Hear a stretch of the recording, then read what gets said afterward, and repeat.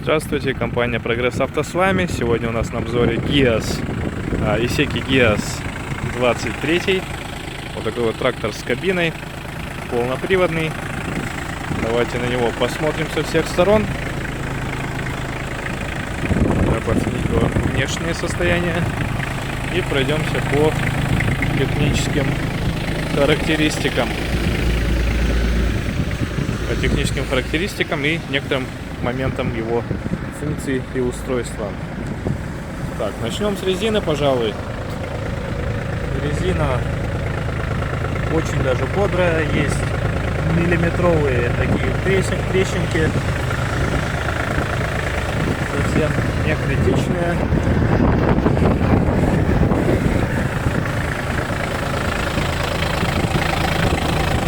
На переднем колесе наблюдаем, в принципе, тоже картину.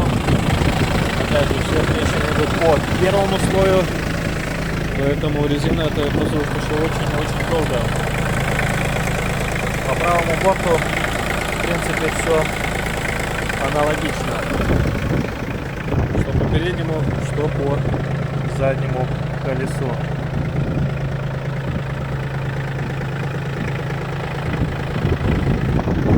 Трактор у нас оборудован фрезой на 150 сантиметров. Фреза, естественно, на трехточке. Есть гидроцилиндр, посмотрим состояние гидроцилиндра. В принципе, все нормально, не бежит, не течет. Как я уже сказал, трехточка. И фреза еще на быстросъеме. Так, что касается состояния ножей фрезы, есть парочка изношенных ножей немножко, как вот, например, вот этот. Но некоторые из них довольно-таки бодрые, точнее даже сказал, большинство бодрые, износ процентов 40, 30-40 в среднем, а значит менять их еще очень и очень не скоро.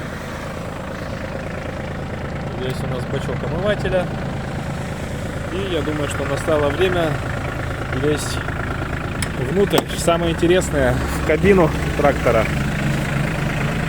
Кстати, обратим внимание на стекло в хорошем состоянии. Да ладно, музыка играет, слышите?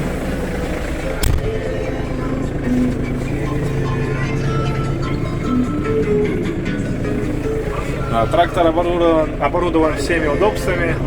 Есть и печка, есть и магнитола с кассетами. У кого остались кассеты, радио Шансон, неплохо.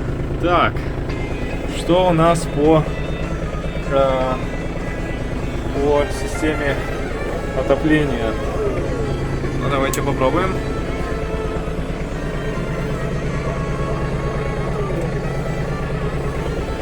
Ага, надо только включить. О, дует теплым.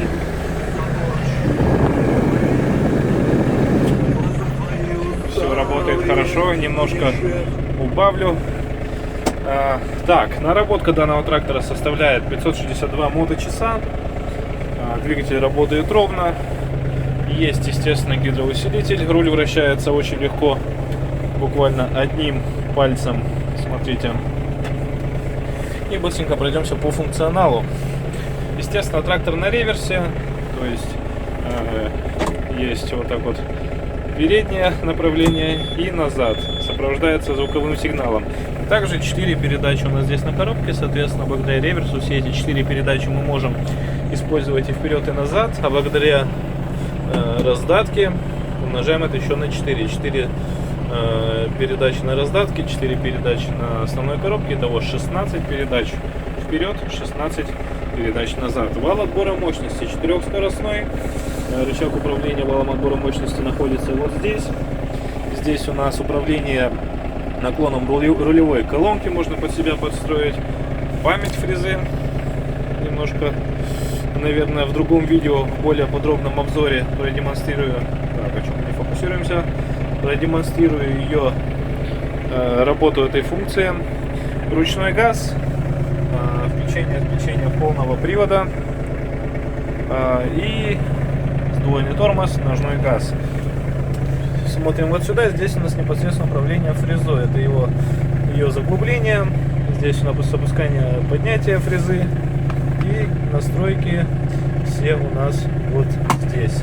Все стекла в порядке. Спасибо зарядке. Можно немножко погазовать.